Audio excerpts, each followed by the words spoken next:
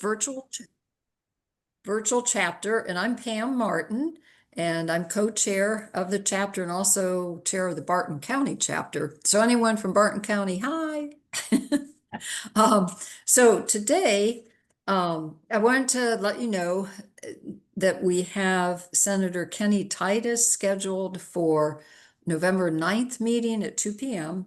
And with the water issue being at the forefront of almost everything we discuss in Kansas, this is a really important topic. And he is the co-chair of the Water Task Force, and which is really cool. And he's going to review a little bit of history about the water rights in Kansas, and then where we're at and what they're trying to come up with, basically a plan, of course, to conserve this valuable resource. So with that, I'm going to turn it over to Susan. Okay, thank you, Pam. I'm Susan Osborne, and I'm the other co-chair of this virtual chapter of Women for Kansas, and I'm also on the executive committee. We're a statewide organization, nonpartisan. We seek to recruit, motivate, and educate women, and men too, to participate in electing moderates to public office, and we look at a lot of educational political issues. Among our goals are to support equal rights for all, bodily autonomy, separation of church and state, healthcare as a human right, and also reasonable gun safety laws, which pertain to our subject today. If you would like to get on our mailing list and are not, go to Women for Kansas, FOR, Kansas spelled out .org, and you can find out more about us. I am very pleased to introduce our speaker for today. She's really something. She is the associate professor and head of political science at Wichita State University. And one of her research areas is in the field of gun laws, perception about gun ownership. And I'm sure she'll have some suggestions and answers about what we can do as individuals concerned about this rampant gun violence we seem to be watching increase on almost a daily level in the United States.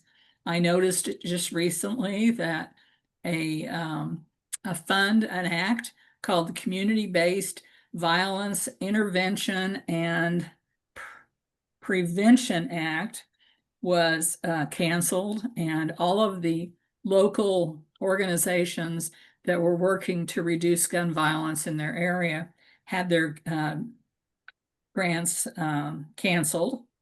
And anyone who wants to work in the field now must support law enforcement efforts to reduce violent crime, as opposed to local efforts to try to identify problems.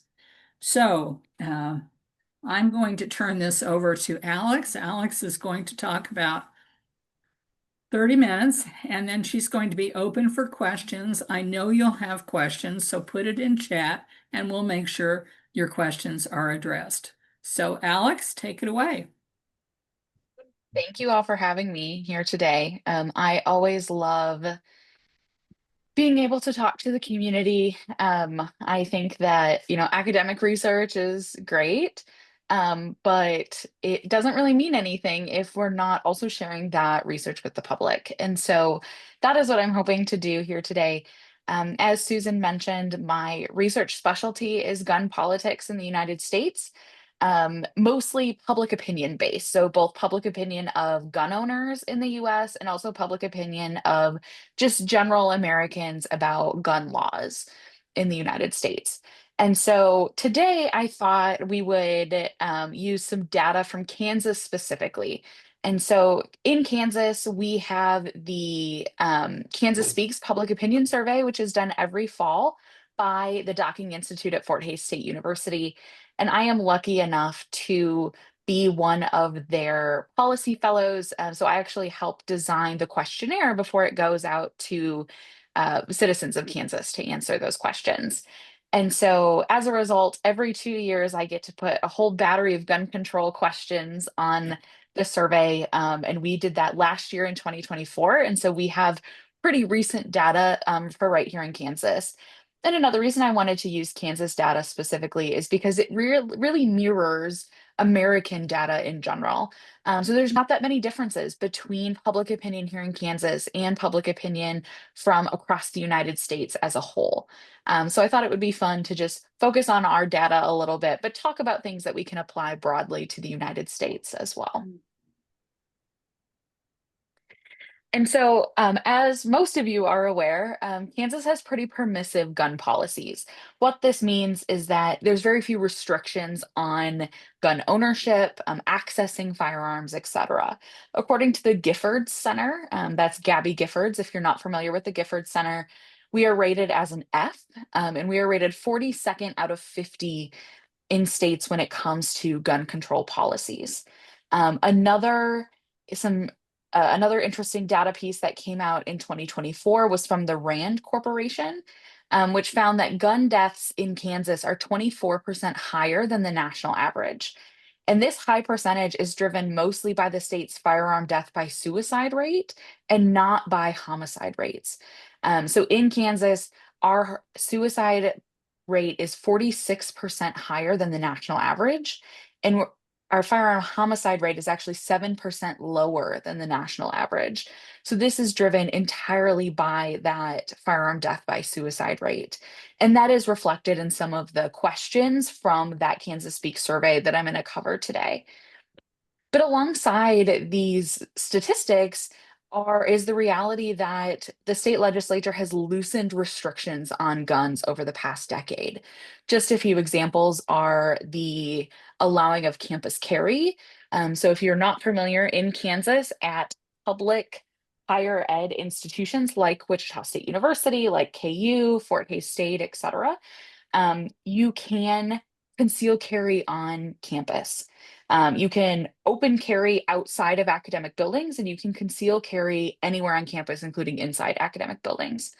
Another law that the state legislature has passed in recent years is lowering permitted conceal carry to 18.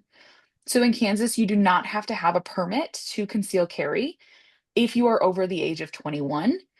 And if you are 18, between the ages of 18 and 21, you can conceal carry as long as you get that concealed carry permit. And this is pretty different from a lot of states across the US where any sort of concealed carry is required or does require a permit. And most of the time in those states, concealed carry is not allowed under the age of 21. And so these are just some examples that highlight Kansas's permissive gun policies, and some of the implications of that when it comes to firearm violence rates, etc. And so, as I mentioned, I'm going to be talking today about data that came out of the 2024 Kansas Speak survey conducted by the Docking Institute of Public Affairs at Fort Hays State University. So this survey was in the field being disseminated to Kansans between September 26th and October 16th of last year.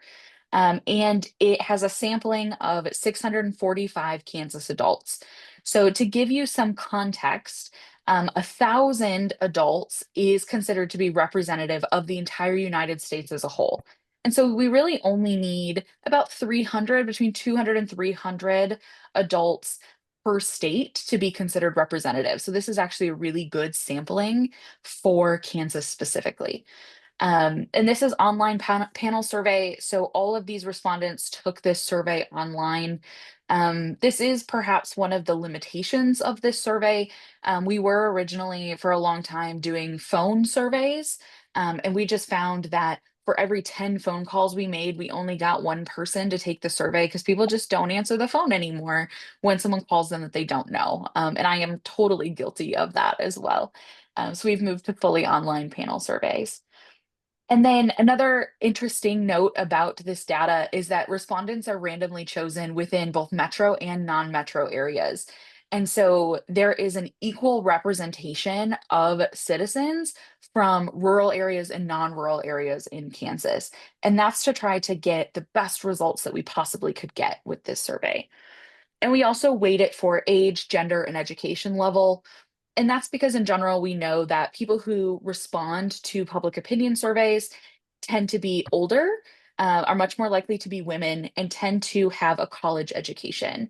And so we add some weights for that to try to get the best data results possible.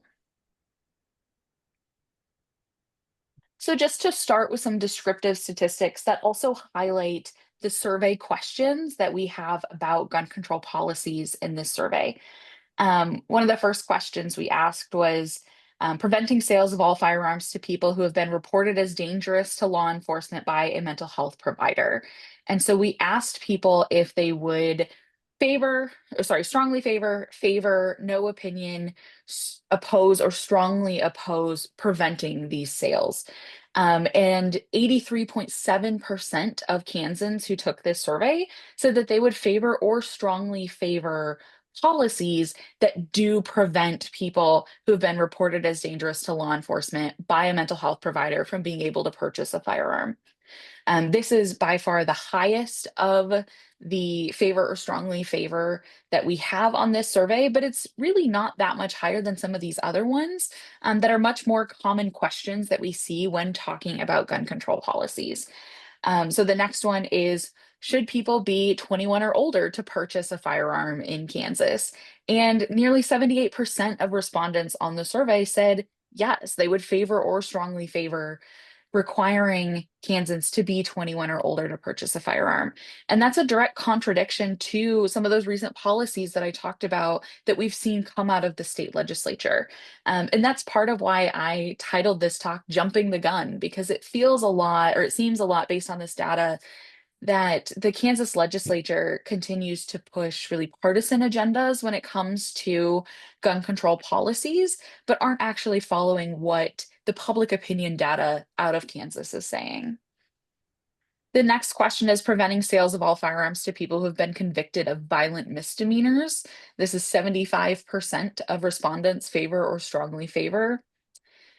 The next one is what we often call the gun show loophole. So if you are not familiar with what that means in Kansas and in a lot of states, people can go to a gun show or conduct private sales of firearms that do not require a background check. So in Kansas, if you go to a licensed firearm dealer, if you go to a gun shop, for example, and you purchase a firearm, you do have to pass a federal background check. But you could walk into a gun show and purchase a firearm with no background check at all, or you could buy from a friend or someone you know who's selling their firearm with no background check as well. And nearly 74% of respondents said that they would favor or strongly favor closing that loophole. They would require that loophole to be closed. They would require those background checks.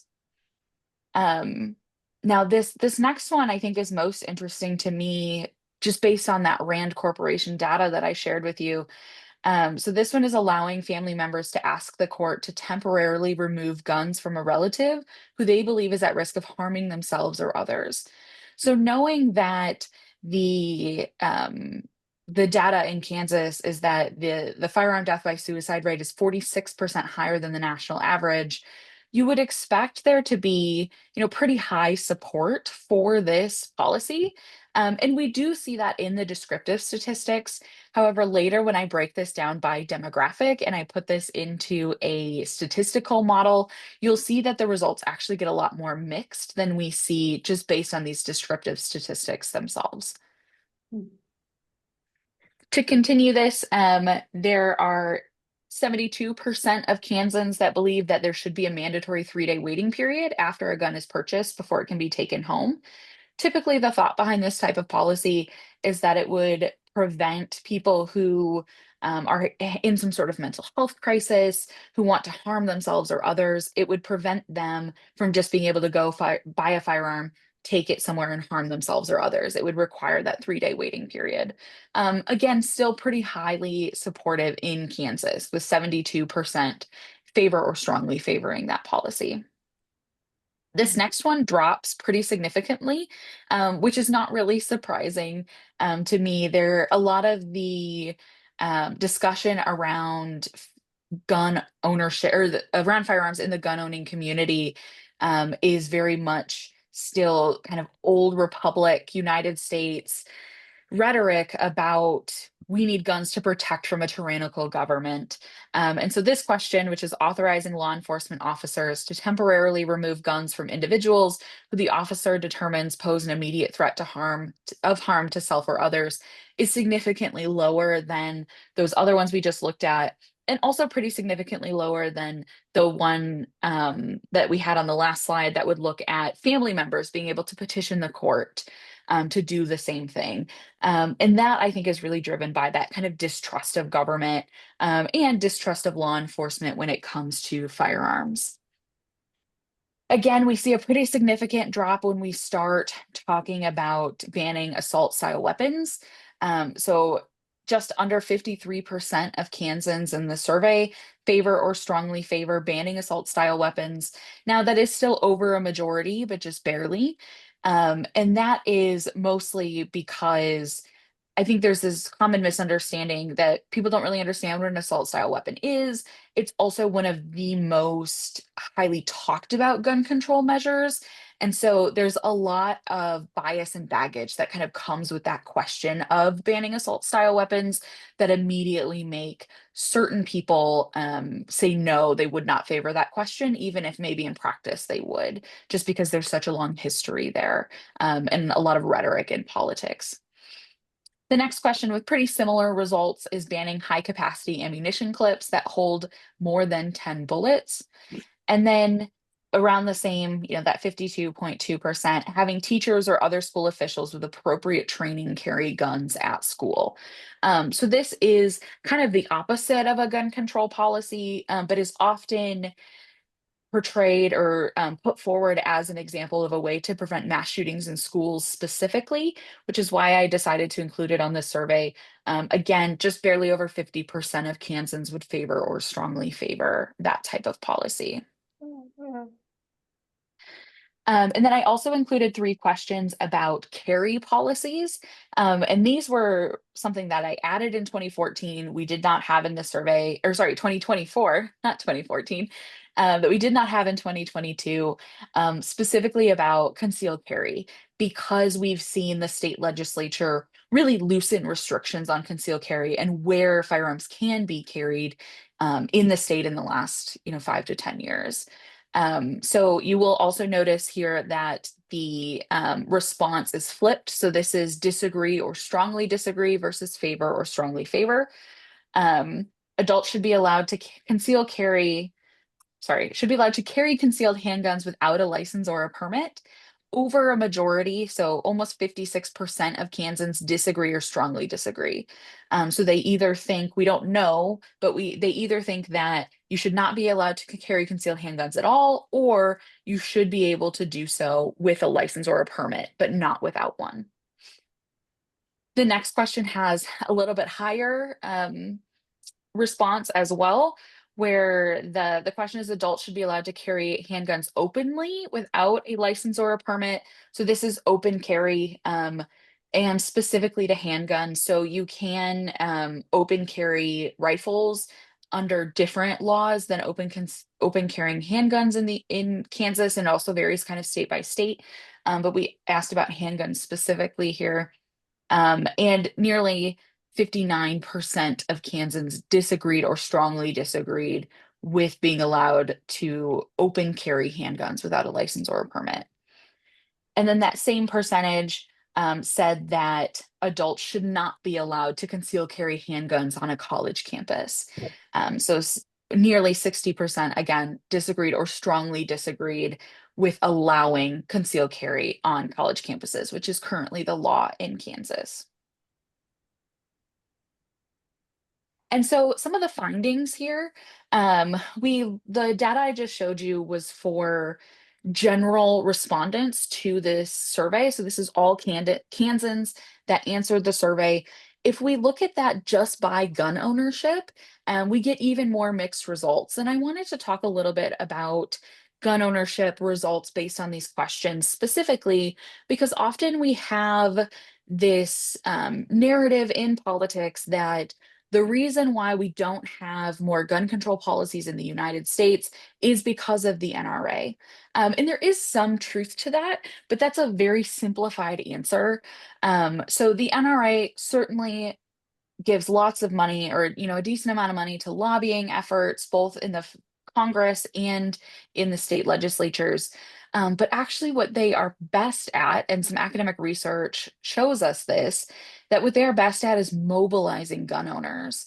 And because of that, they don't really have to spend a ton of money on lobbying efforts, because they are so good at reaching gun owners, as kind of portraying gun control policies as this slippery slope argument that a lot of you have probably heard talked about in the news, et cetera, where if there's restrictions on one type of firearms policy, then that's a slippery slope to just banning all guns in general. And that's kind of the rhetoric that the NRA uses. And they have various levels of success with using that rhetoric.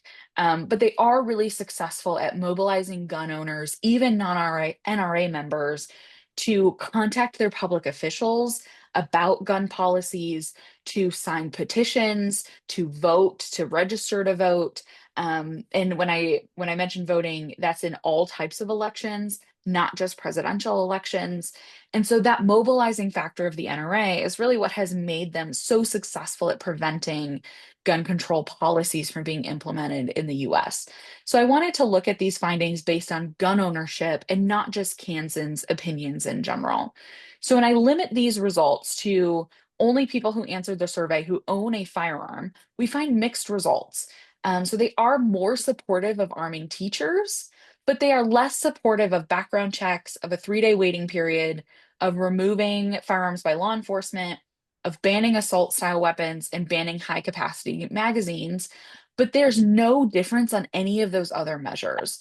So there's still a handful of those measures where gun ownership does not make a difference, where they're still pretty supportive of requiring, like most Kansans are, requiring permits for concealed carry, of not allowing concealed carry on college campuses, on allowing family members to petition courts to remove firearms from people who may harm themselves or others.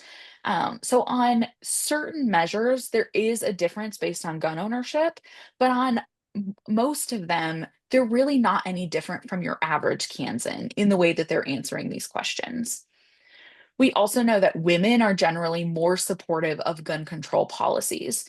This is both true in Kansas and in the United States in general.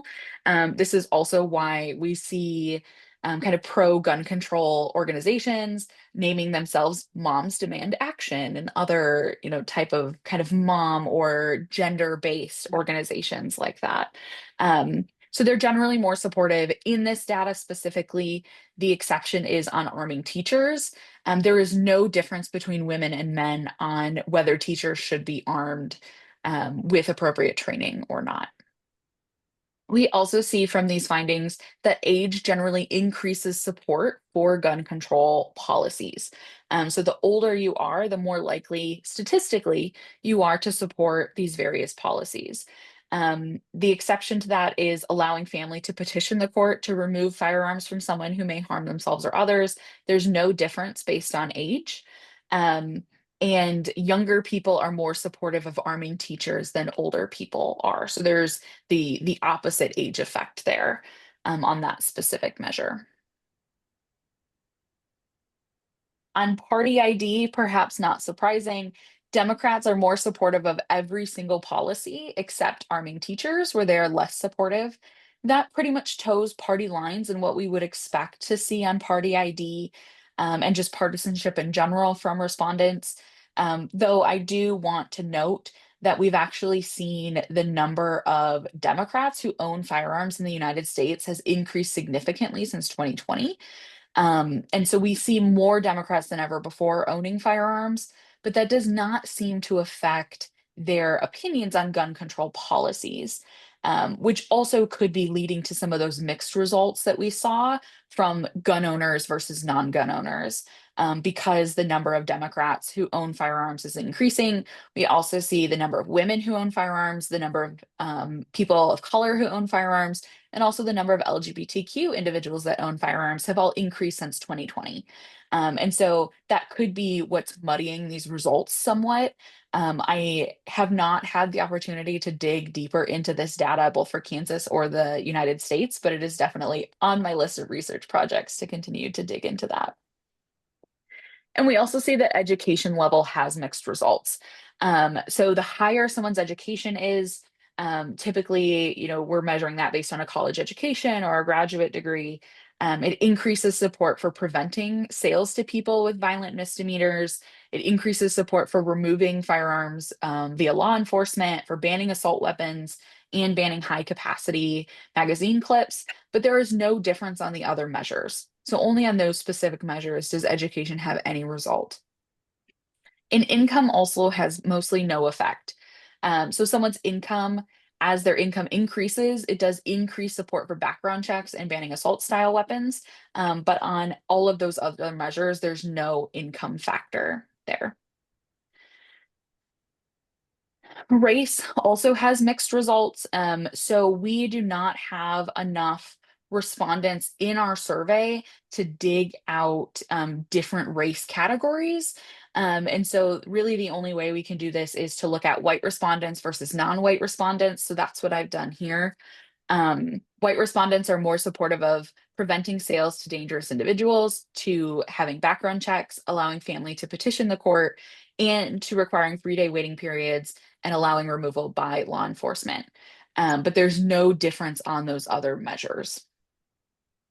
And living in a rural area mostly has no effect. So there is some research on rural gun owners that I have conducted specifically that shows that rural gun owners are even more politically participatory than non-rural gun owners, and also people who don't live in a rural area in general who don't own guns.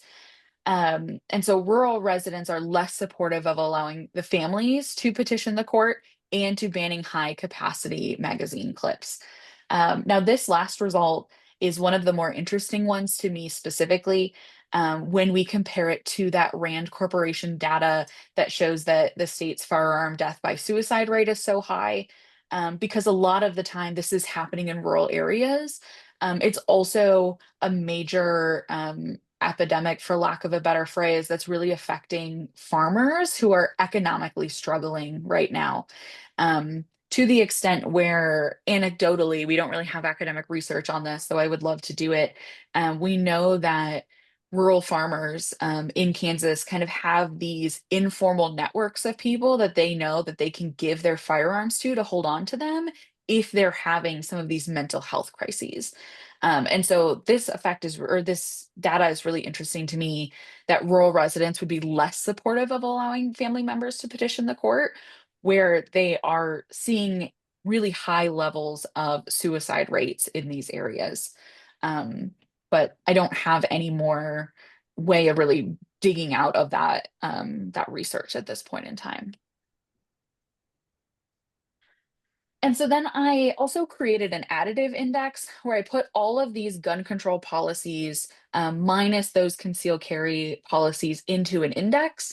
So the higher the number for the index, the more someone would be supportive of gun control policies. The lower the score on the index, the less supportive they would be of gun control policies.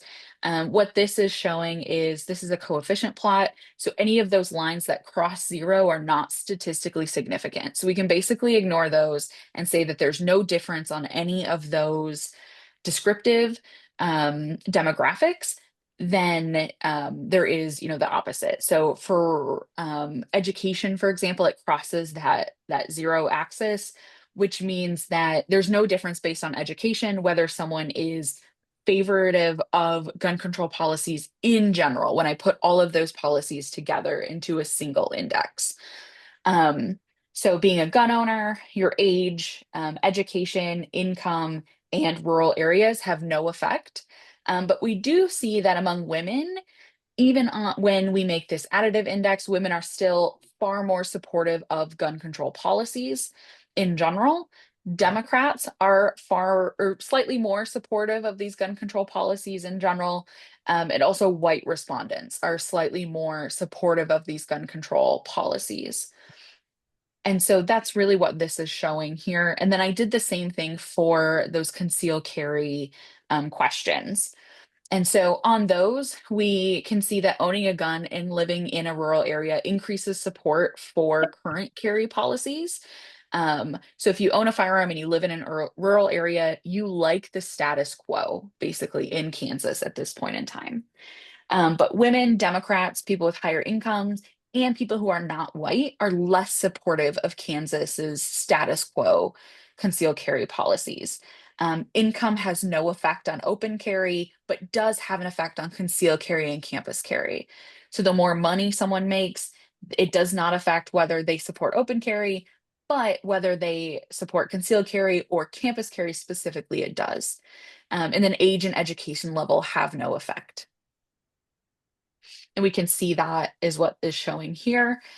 So again, those that cross 0 have no effect, but those that don't, we can see here. So gun ownership increases support for the status quo on carry policies. Rural does as well.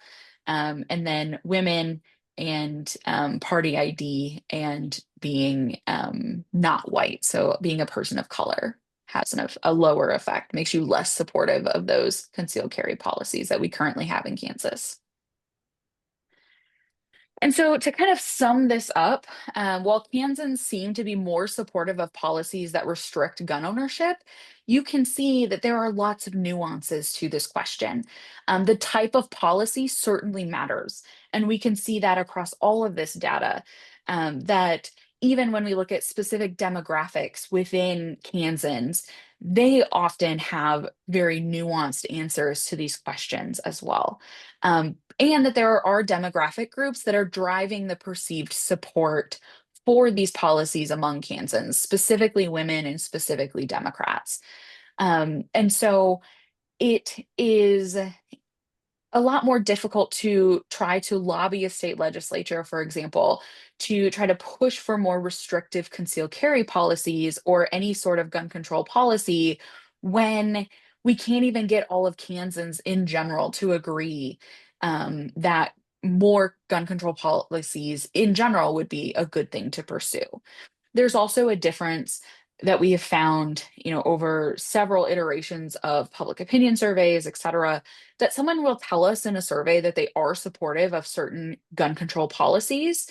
But when it actually comes time to vote for a candidate that would support gun control policies, maybe it's not their number one priority. Or maybe when it comes time to actually cast that vote, that slippery slope argument has more appeal at that point in time. So that's kind of a long-winded way to say that voters are not necessarily rational. We can't take public opinion survey like data that like we see here and say this is going to translate into political change, because there are lots of mechanisms through which people participate in politics, and it's not easily a one-to-one comparison. Kind of another example of this that we've talked about in Kansas for several years now is abortion rights. So in 2022, we saw, an overwhelming number of Kansans supported protecting access to abortion.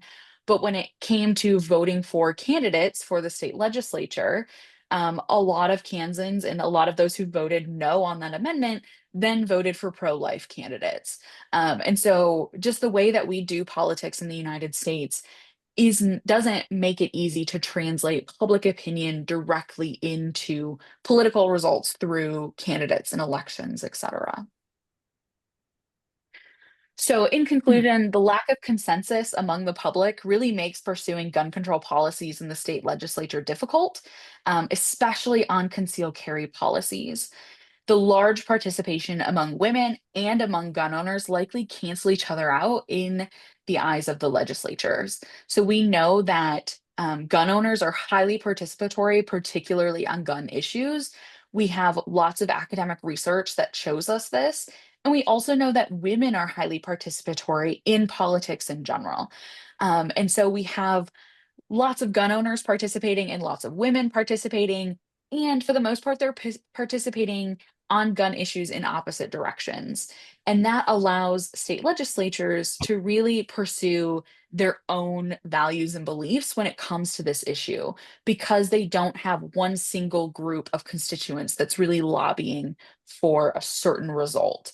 Um, and so that is likely why we're seeing this backsliding of gun control laws in Kansas, even though there's this overwhelming support among the public, at least in those descriptive statistics for these gun control policies. And I am open to any questions or comments. Can And I I will, can I recommend that everyone put in their questions in the chat, and we'll get to those questions. I've got several written down here, Alex, and so I'm going to give other people the opportunity. One is the legislature aware of the results of this study? yes, they are.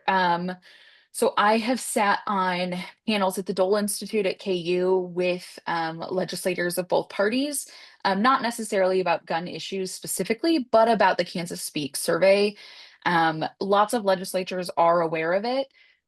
They either choose to believe it or choose to ignore it, kind of based on their own preconceived biases. So we know that there's, partisan support for public opinion data, or a Republican divide in who supports using public opinion data. And so we get lots of critiques about, well, the way you asked this question doesn't get at the nuance. And, well, you're only surveying certain groups of people in Kansas, et cetera. And so they are very aware that this survey exists. They're very aware of what the data is. They choose to either believe it or ignore it, kind of based on their own preconceived biases, unfortunately. Okay. My second question then is, it looks like Kansas is way above average when it comes to, am I correct, suicides? Yes, that And is correct. what do you attribute this to? Farmers? I have heard that farmers' level of suicide is increasing. Is it youth? What do you see there? Yeah, so I think it's difficult to point to any single thing that could be contributing to this. But in general, we know that people who are struggling with their mental health, people who, turn to suicide, unfortunately, as being an option, they're typically struggling with mental health. They're typically struggling economically. And in Kansas, we do not have great mental health services. Mhm. Part of that is a result of not expanding Medicaid under the Affordable Care Act. And so there are lots of policies that have been either implemented or not implemented to this point that have kind of gotten us to this result. A lot of it has to do with lack of mental health care, but also when communities and states struggle economically, we see that firearm death by suicide rates increase. And so, unfortunately, and I don't have brand new data on this, but I recently saw a study that showed that Kansas was entering a recession faster than the rest of the country. Mhm. And so it looks like we could expect these rates to increase even more now in 2025 than when this data by the Rand Corp was put out in 2024. But the way to prevent that is, increasing mental health services, is having some sort of social safety net to whether it be farmers or anyone else who's struggling economically. Those are typically the things that lead people to making that choice. Okay. Carmaine asks, how can Kansas require background checks and sales at gun shows to ensure credible gun owners and accurate sales tax revenue? Yeah, so currently it's because there's a loophole in the law. So gun shows currently do not require people who are selling firearms there to be licensed firearm dealers. And also, they are not required to conduct those same background checks just because it's not in an actual storefront setting. So it would require a law change by the state legislature to actually pass that. And now that is also a different scenario than someone selling to their friend. So we often lump these two things together as, requiring background checks for gun shows. But you could close that loophole both for gun shows and for private sales. It would have to be done in the state legislature or via federal, like a law out of Congress, which seems even silly to propose at this point because they can't even pass a budget. But it would require a new law, basically, either at the state or the federal level. The federal level, of course, would apply to all states across the country. The state level would apply just to Kansas. And there are several other states in the US that have closed this loophole too. So we would not be the first to do so. And there are several other models and, examples of legislation that could be used to do so. Thank you. Alice has a question. Who processes the background checks? Is it public information? That is an excellent question. It's a good question. Yeah, so the background checks are processed through ATF and the FBI. So they're through the federal government. Um, and the only information that is saved from those background checks is if someone fails one. So there have been laws passed in Congress by Todd Tiehart, who some of you may be familiar with. He was a representative from Kansas, right here in the Wichita area. And he passed what are called the Tiehart Amendments. And this basically means that once a background check for a firearms purchase is processed by the federal government, and that person passes the background check, that information has to be immediately wiped from the system. They are not allowed to hold on to that information. And this is often why when we talk about the number of guns owned in the United States or even the number of gun owners there are, we do not have an accurate number to even how many people own firearms. And that is because we are not allowed by federal law to hold on to that data. It has to be immediately erased by the federal government after that background check has been passed. Now, if that background check is failed, they are allowed to hold on to that information. It basically goes into a different database.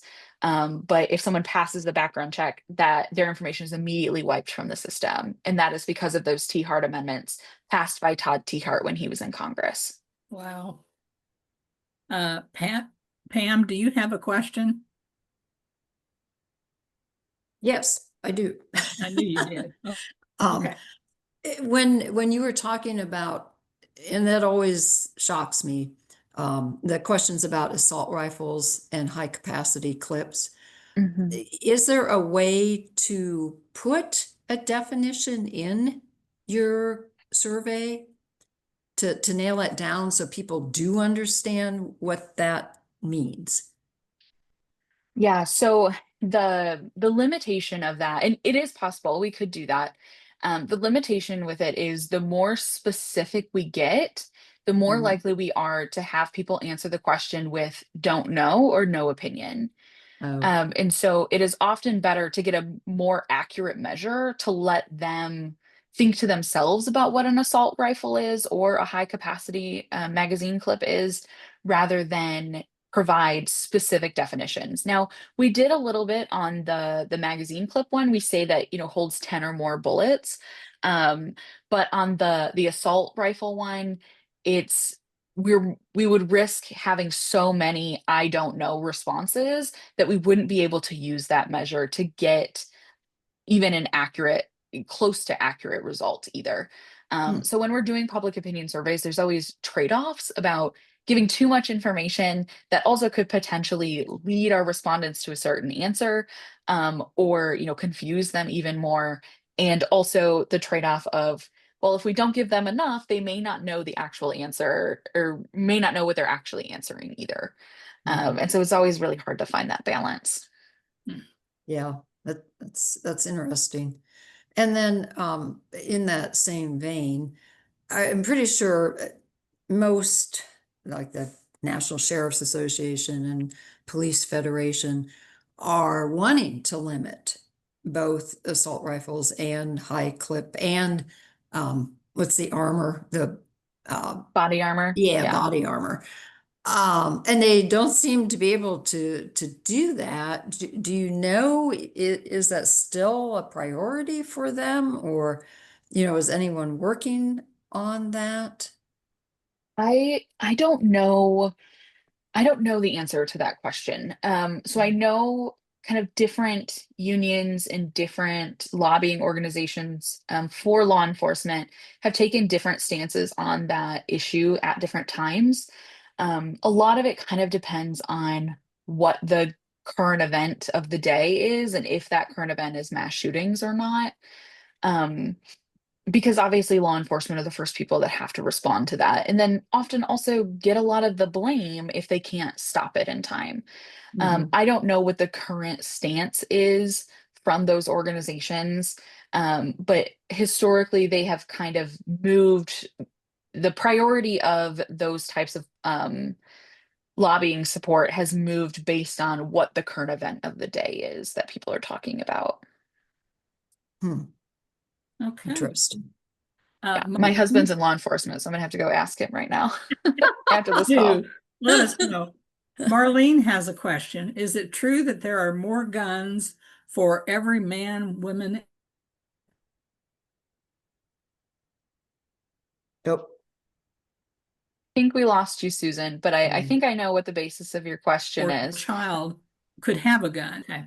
There we go. You're back. Okay. So I think you froze. So I think the question was, is it true there are more guns in the United States than citizens in the United States? Yes, the answer to that is yes. We know through not this public opinion survey, but through public opinion surveys in general, that there are what I would call a firearm enthusiast, and that's typically someone who owns, three or more guns, 10 or more guns. And there are certainly people who fit that category.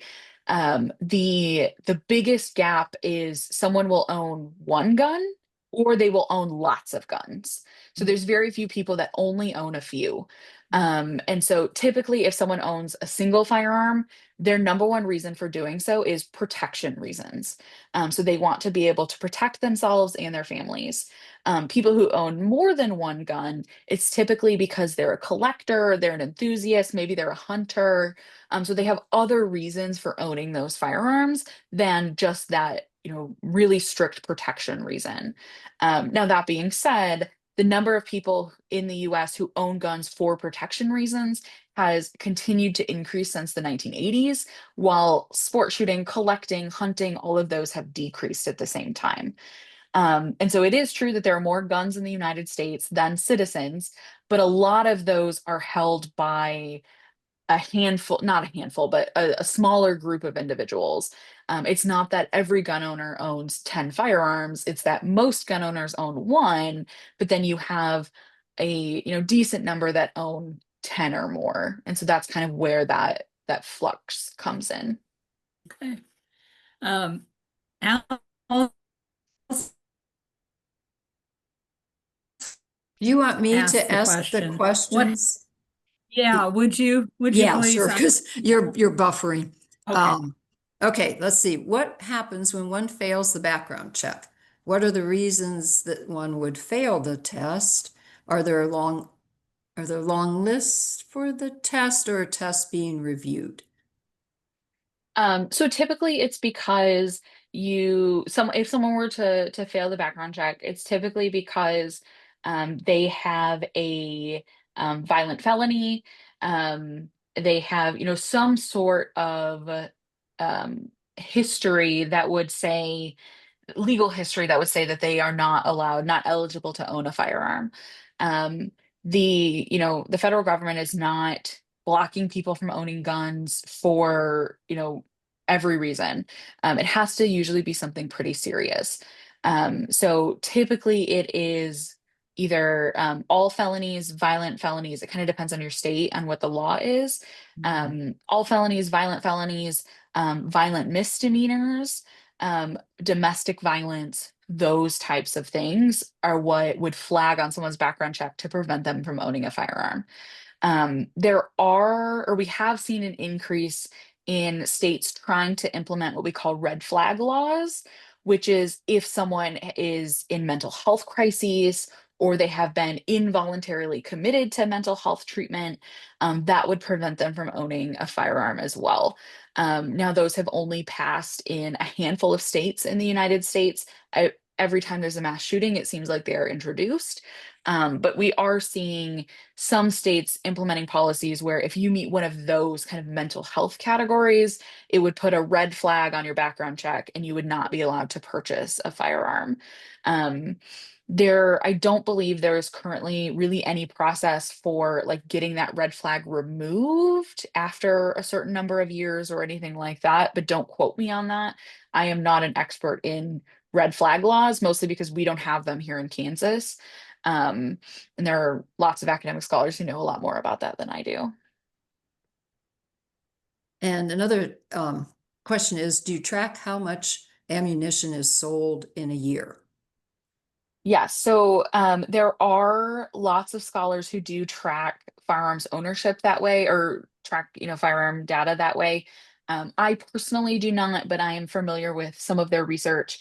Um, to the extent where we see like leading up to presidential elections, we know that the number of ammunition sales go up. Also, the number of firearm sales go up leading up to presidential election years. And more interestingly, in recent years, it is regardless of which political party is thought to win, that will win the presidency. So it used to be 10 years ago and before when Republicans were scared that a Democrat was going to win the presidency, they would stockpile guns, they would stockpile ammunition. But we actually see that Democrats are now doing the same when a Republican is thought to win, it's thought a Republican will win the presidency. So in 2024, we saw more Democrats buying firearms, more Democrats that were already gun owners buying more guns, stockpiling ammunition, etc.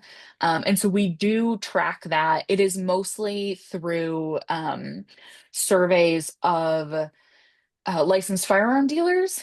And we're really reliant on who's willing to take those surveys. There is a really good book that just came out about this, and I am blanking on the name of the book, but the author is Jennifer Carlson, where she basically writes this entire book based on data that she gets from gun sellers in, I think it's 2020 specifically, but it could be in that couple of years around that as well. So we do track that and we know, you know, how people are feeling in general about elections based on firearm sales, based on ammunition sales. Um, we also know that that data goes up when there's social unrest and when there are economic concerns. So we often refer to 2020 as the great gun buying spree. And that is because you have, the unknown and the instability that came with the COVID-19 pandemic, the social instability that came with the Black Lives Matter movement and the murder of George Floyd, and then also the presidential election that year. And so most of those demographics that I was talking about earlier, where we've seen a larger number of women and Democrats and LGBTQ individuals, et cetera, owning firearms, happened in 2020, and have happened since then as a result of specifically elections, social unrest. And we will typically see economics playing into that because people are worried that the price of ammunition will go up, they won't be able to target practice, they won't be able to hunt, etc. And so when tariffs or inflation and all of those kind of economic indicators start showing that prices are going to increase, people will also purchase firearm ammunition as well. And I think that well, no, the Pittman Robertson Act also tracks it because that's where the money comes from for wildlife conservation, for hunting, Yes. from hunting Yes. sale, ammo sales. Mhm. Let's see. Marlene wants to know, what does research show about effective messaging for gun control, background checks, etc.? Yeah, so there is not a ton of political science research on this. There is some marketing and communications research that is starting to come out specifically from the University of Connecticut. about this. And we see that for the most part, kind of um, that moderate messaging of um, like community-based messaging of, we can prevent mass shootings, we can prevent gun violence, etc.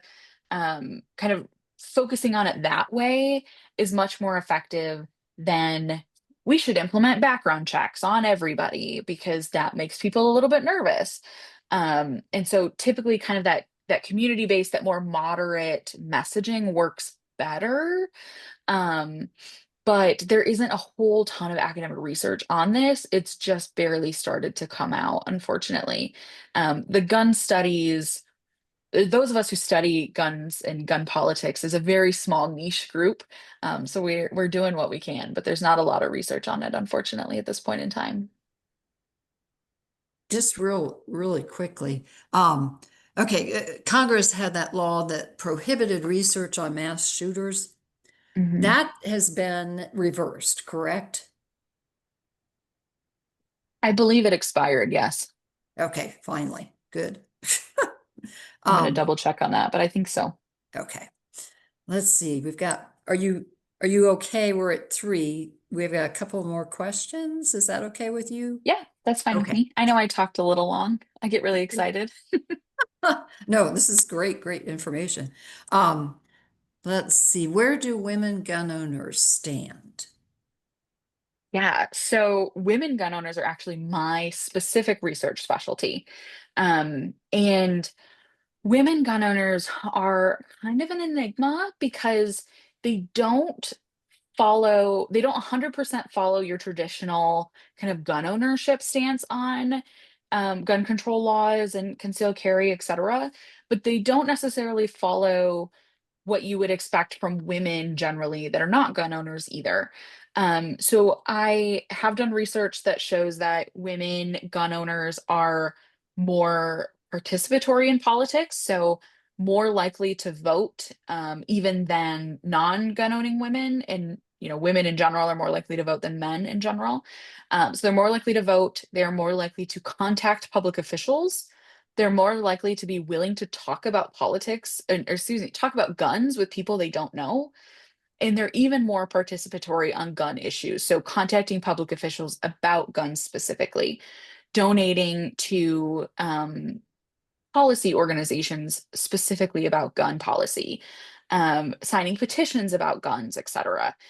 So they are more likely to be participatory on gun issues, but it gets a little bit complicated because when we ask those women gun owners in a survey about guns in public spaces, they look a lot more similar to men gun owners than they do to other women. So they are, very willing to have concealed carry, and it it varies kind of state to state based on whether that's permitted concealed carry or not permitted concealed carry. But in general, it seems that women gun owners are more supportive of permits required for concealed carry. But they're also more likely to say that being in a public space where someone has a firearm doesn't make them feel unsafe either. And so it's a really nuanced question when it comes to women gun owners, and it's very clear that they have kind of these intersecting identities that are pulling them in opposite directions when it comes to gun policy. So they're supportive of certain policies, but they're also very concerned that any sort or some specific types of gun control policy will prevent them themselves from being able to own a firearm. And a vast majority of women who own guns do so specifically for protection, specifically because they don't think that they can defend themselves if they needed to without a firearm. And so it gets really complicated when you put all of these types of emotions into type of um, that type of attitude and try to parse that out for people or make them parse that out themselves. But we know in general, they're very participatory on gun issues. They do support gun control, but they're very hesitant to support gun control policies that would prevent them from being able to own a firearm. That makes sense. Mhm. Let's see, two more and then we'll cut off here. Can you identify some negotiation in areas where the vast majority of the Kansans want more limits? Yes. Um, it didn't make it on this version of the survey, but in the next survey, one question I'm planning to ask is about um, safe storage of firearms. And Hmm. I think just based on public opinion from the United States in general, I think that safe storage and trying to push for safe storage laws is somewhere where pretty much everyone can get on board with that. Whether that is, safe storage through providing incentives for firearms owners to, have that safe storage, by giving out gun locks or locked gun boxes, whatever it may be. I know Sedgwick County does that like once a year or so. But that really seems to be one area where there's not much opposition to that, and can go a huge, long way in preventing accidental gun deaths. We see on the news all the time, heartbreakingly, that, a kid got access to their parents' firearm and accidentally shot their sibling. And being able to push for safe storage laws is something that most people will agree with. And I don't have the statistics for Kansas to support that, but in general, in public opinion surveys in the US, that's where people are really willing to play ball, with regardless of whether they're kind of pro gun control or anti gun control, or however nuanced that is. Those safe storage laws really seem to be where we can find common ground. Definitely. And that relates to the last question. Do you have any data on children's deaths due to finding a firearm in the home? Um, I do not off the top of my head. I do not in this survey. I would need to pull up that RAND data to see if they have age in there. Um, but it is, I know in general, young people, which is, teenagers and young adults are much more likely to die by gun violence, than, really any other type of accident, of violence, Mhm. etc. Um, and I don't have the data on children specifically though, unfortunately. I imagine it's fairly high. It's definitely higher than it should be. Yeah. And I think they could probably get that if they went to a resource site online. Hmm. And that someone had a quick question about Sandy Hook resources. And also, Alex, if they went online and Googled Sandy Hook resources, they could probably get that, correct? Yeah, my the two that I like to go to for data specifically is the Mhm. Gifford Center, and the Rand Corporation. They usually Mm. have pretty good data about things like that. And then there's also Firearms Research Prevention Center, I think is the name of it. I can like picture their logo, but I can't remember what their name is. But they also have some pretty good data. Okay. Okay. Susan, are you back online, do you think? Can you hear me? Yeah, okay. Okay, I'll good. I'll This has been wonderful. I have learned a lot, and yeah. Um, thank you very much. I learned a whole bunch, Alex, and we had some excellent questions. Do you want to mention one more time, Pam, about the November meeting? sure. Thanks. And I ditto on what Susan said, Thank you Alex. both so much.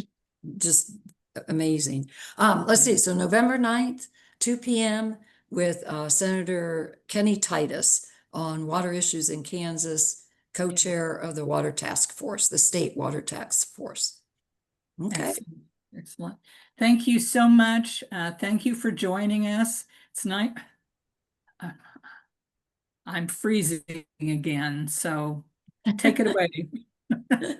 Okay. Well, we will see you all here again in November and adios. Thank you all. Thanks, Alex. Yes, Thank you all for having me. Have a good rest of your day. you too.